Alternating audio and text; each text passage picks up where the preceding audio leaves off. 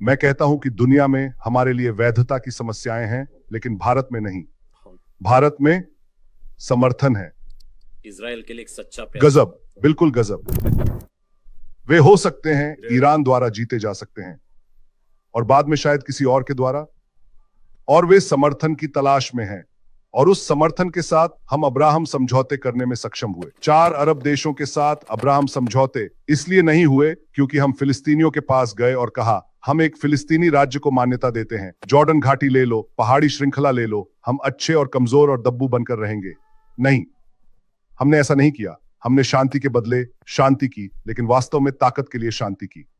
हम आपसे जुड़ते हैं, आप हमसे जुड़ते हैं, आर्थिक रूप से भी और अन्य तरीकों से भी, यह जानते हुए कि हमारे साथ गठबंधन आपकी मदद करता है और हमें एक साझा दुश्मन के खिलाफ खड़े होने में भी मदद करता है। और वो साझा दुश्मन ईरान था, इसलिए हमने शुरुआती गठबंधन बनाए।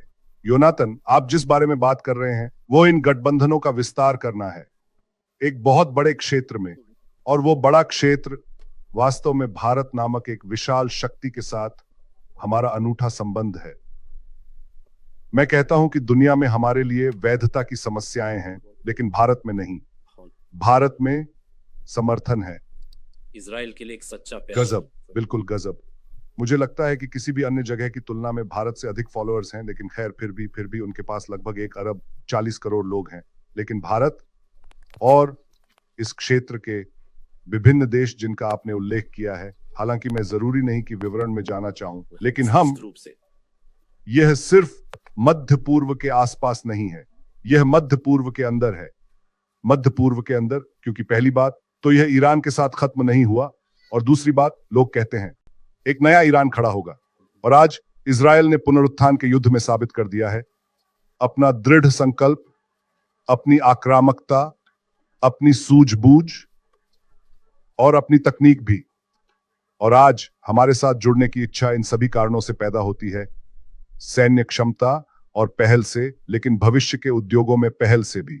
और दुनिया बहुत तेजी से बदल रही है। दूसरी सबसे मजबूत चीज जो हमारे पास है, और शायद पहली, वो है तकनीकी प्रगति, जिसे हमें बढ़ावा देना जारी रखना चाहिए। और मैं आपको बताता हूं, इससे विभिन्न देशों की दिलचस्पी पैदा होती है। उदाहरण के लिए यह दिलचस्पी पैदा करता है जर्मनी की। जर्मनी सेना बनाने की अपनी इच्छा के कारण हमारी ओर रुख कर रहा है, और उनके चांसलर हमारे पास आए और कहा आपके पास ऐसी अद्भुत तकनीकों वाले उद्योग हैं, हम आपके साथ जुड़ना चाहते हैं। मुझे लगता है कि यहां कुछ प्रतीकात्मक है। होलोकॉस्ट के 80 साल बाद, जब हम रक्षाहीन और असहाय थे यूरोपीय धरती पर, जहां हमारे 1/3 लोग मारे गए थे, आज यूरोप हमारे पास आता है और चाहता है कि हम उसकी रक्षा करें। यह एक अद्भुत बात है।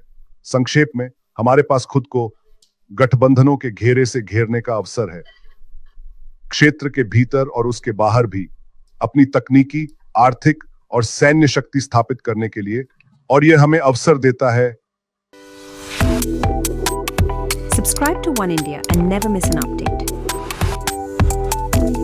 Download the One India app now.